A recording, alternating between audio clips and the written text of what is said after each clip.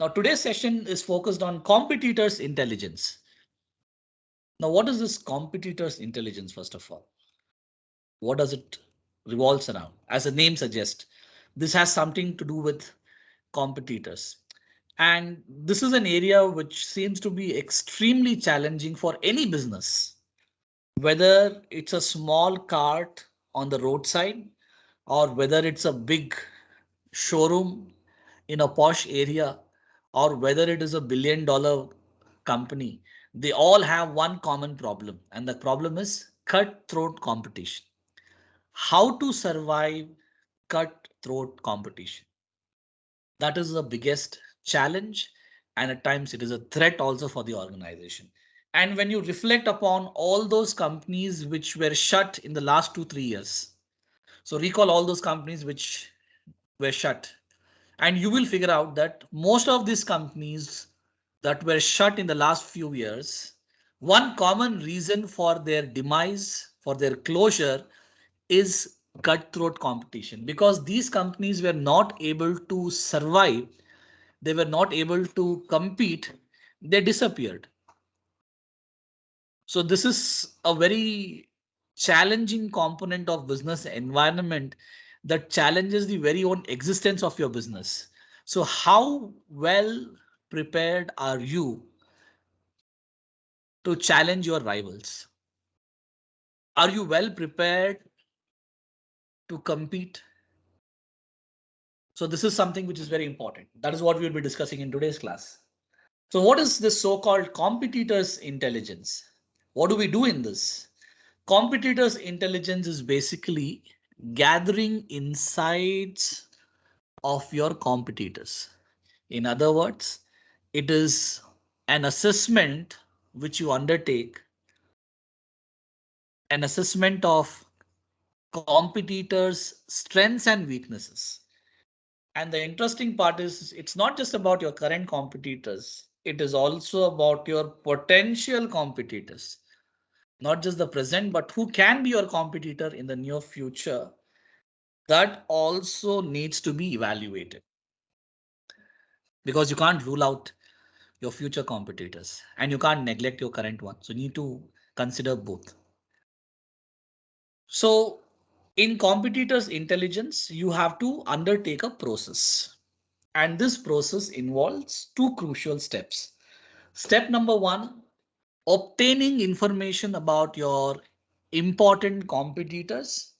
And second, use the information what you have obtained to predict the behavior of your competitor. And these are the two things which you get to find, not just in the field of business, even in other areas like wars, sports, same strategy is applied. If India and Pakistan is playing, if Australia and England is playing, even before the match could start, analysis starts first. And this is what is done in the analysis. England will try to collect all the information about the present players playing for UK or England, right? And Australia will collect all the details about England's players. England will collect details about Australian players. Same thing happens. So it's the same thing that is applicable not just in business, but in other domains also, be it wars, sports. Sometimes, at personal level also we do this, right? So this is the strategy which is required in different fields, understanding your opponents. So when we say gathering insights, even though we are more focused on collecting our opponents' strengths and weaknesses, but the first step is not just don't straight away get into uh, collecting information on your opponent's strength and weaknesses, but the very first step here is to identify who your competitors are. That's the first thing you need to do. You need to figure out who are your competitors. And this is where most of you go wrong. Because at the time of identifying competitors, we always think competitors in terms of homogeneous products or identical products. That should not happen. But that is what most of you do. If I ask you a question that identify at least five competitors of McDonald's, you would say Burger King, Taco Bell, Dunkin' Donuts, Creamy and Crispy, KFC, Pizza Hut, right? Subway, you'd identify all this. And some of you also would say that, okay, they are not direct competitors because some of these competitors, what I've mentioned, you might think that, okay, they actually don't make exactly the same product what McDonald's does. So you would probably rule out Taco Bell. You'll say that Taco Bell does not make burgers. Likewise, Pizza Hut also does not make burgers. So in that way, Pizza Hut is not a competitor for McDonald's. So this is how you would contend your point of view, because you assume that when we talk about competitors, both the competitors should make identical product. So if I say Coca-Cola, you'll say immediately Pepsi, because you are thinking that the product has to be identical. So Coke is also a carbonated beverage. Pepsi is also a carbonated beverage. So in that way, you're thinking that this is how you should identify competitors. But the very idea of you identifying competitors is incorrect. I mean, it's nothing. I mean, I'm not saying that when you say Coke is competitor for Pepsi, it is wrong. It is absolutely right. But that's only the first level of competition. There are different layers to it. So you need to understand competition little more deeper and not just leave at the first level itself. So don't think only Coke is the competitor for Pepsi or the other way around. Pepsi is the competitor for Coke, right? You need to understand the need of the customer. So you need to identify the competitors not based on identical product, but based on need. Why would somebody drink Coke and Pepsi? The answer is because the need has arisen, and given the fact now temperature is also soaring up, and within next 1 month we may have a very tough summer, and of course everybody wants to get refreshed and you want to be dehydrated, for which you have to drink a lot of fluids. And yes, definitely summer is the best season for Coke and Pepsi to make most of the revenues. So if I'm thirsty, if I want to drink something, right, I may have Pepsi or I may have Coke. Alternatively, I may also drink tender coconut on roadside. So why you didn't say that tender coconut is also a competitor for Coke and Pepsi? Technically, I am thirsty in the summer and I just want to have a refreshing drink, which I can do it by either having coconut water, right? I can drink Pepsi, I can drink Coke, I can have a cold coffee. But when I said Coke, you said you always say Pepsi. That's how our thinking is based on. We always think about the first layer of competition. And the first layer of competition is called brand competitors. So brand competitors refers to competition with different brands offering similar features, prices, and benefits to same potential customers. And that's what our thinking is always based on. So whenever I ask students to identify competitors, they always do this very well. They always identify the brand competitors very well. But they fail to identify the other levels because they don't understand the fact that the identification should not be based on product, but the identification should be based on need, right? So if I want to have burger in McDonald's, what is my need? My need is that I'm hungry, so therefore I want to have some snack. So let's say I've gone for shopping in Commercial Street, and all of a sudden I feel the urge to eat something because I feel some sort of hunger, and therefore mentally I'm prepared to go to McDonald's and have a burger there. But on my way, I do discover that there is a roadside small stall or small eatery, right, which is fully crowded. There's a huge crowd that has piled up outside the store, and I'm just surprised to see such a huge crowd, and I want to figure out why the crowd is for. And then I realize that this small stall, uh, a small eatery on the roadside, is selling dosas and idlis for which there is such a huge crowd.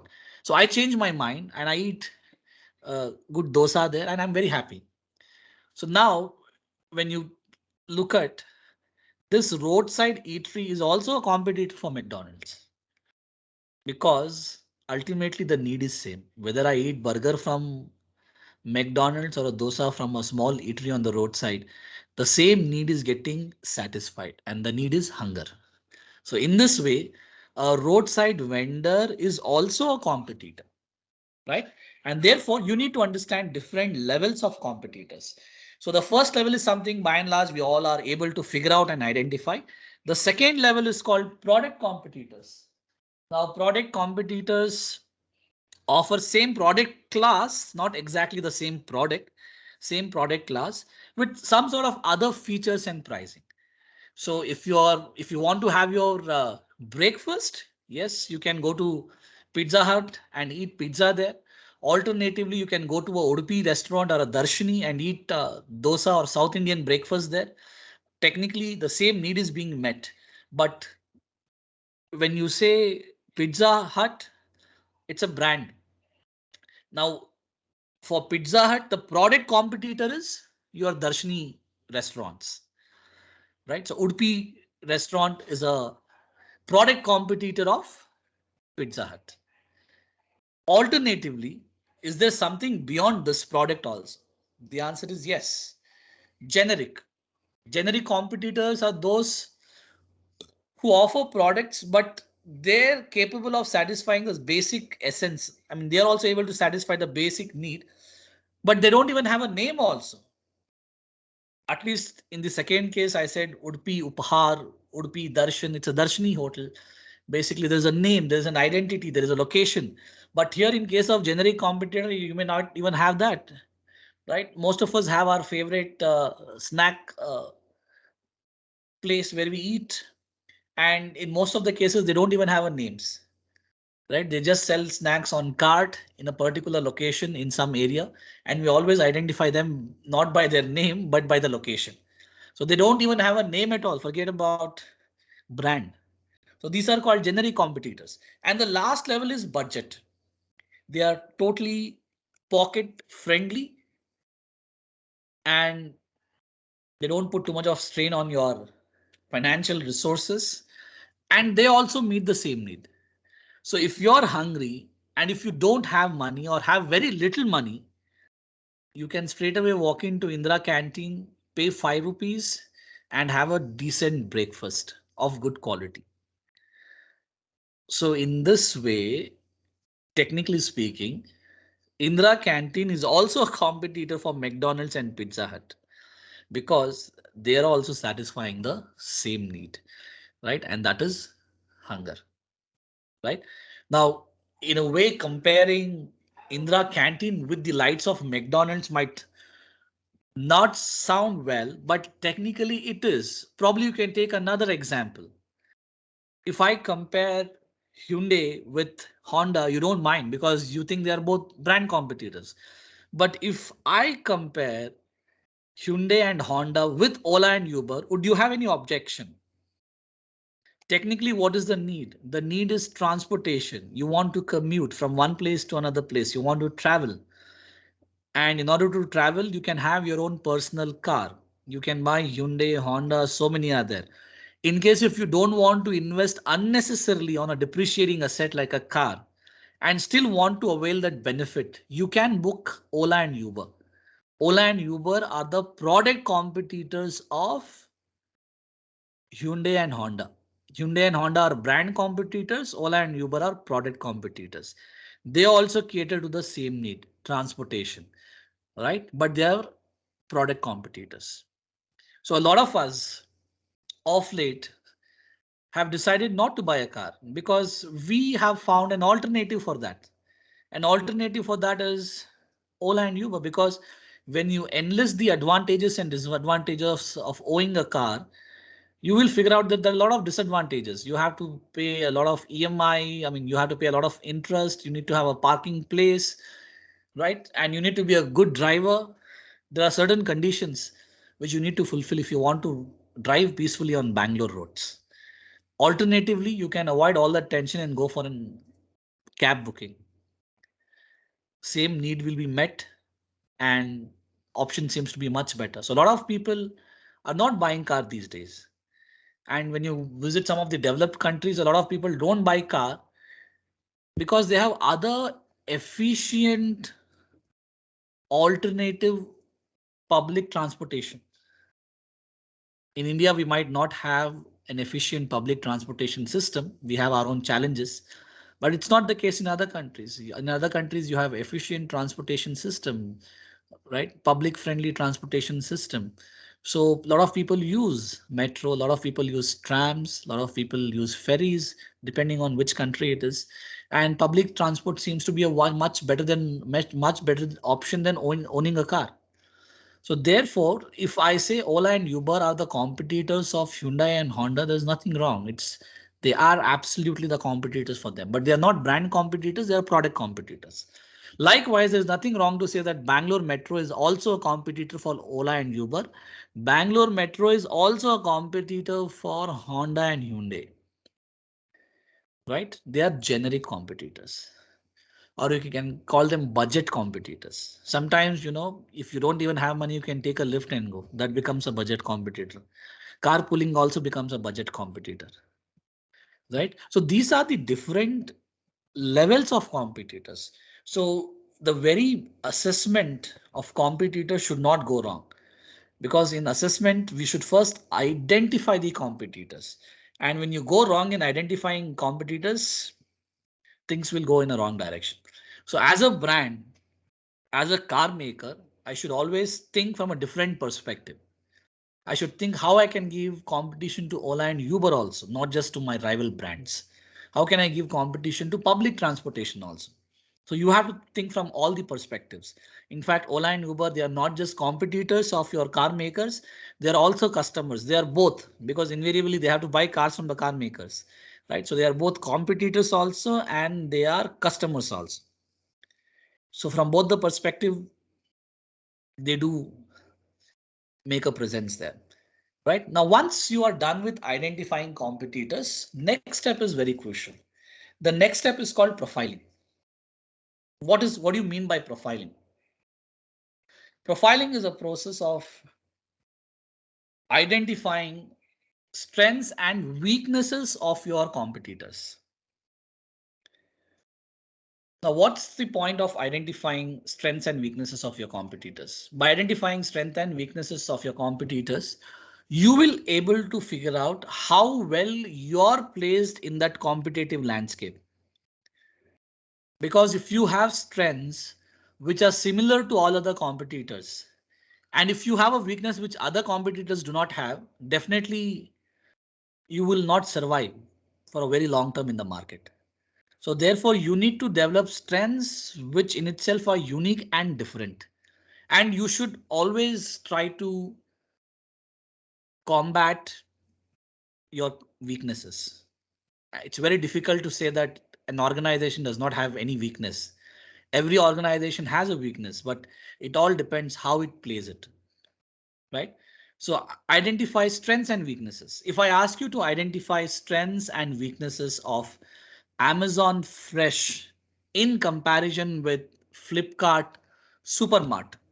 So do a comparative study. Compare all these grocery delivery apps: Flipkart, Supermart, Amazon Fresh, Grofers, Big Basket, JioMart, Star Quick, DMart app is also there now. Compare all of them and do a comparative analysis. What are their strengths? What are their weaknesses?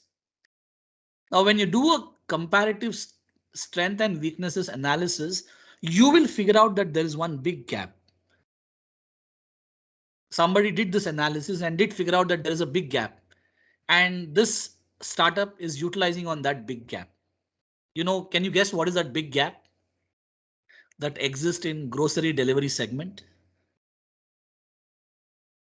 The big gap that exists in the grocery delivery segment is the duration of the delivery. Because most of the grocery delivery startups are unable to deliver groceries instantaneously.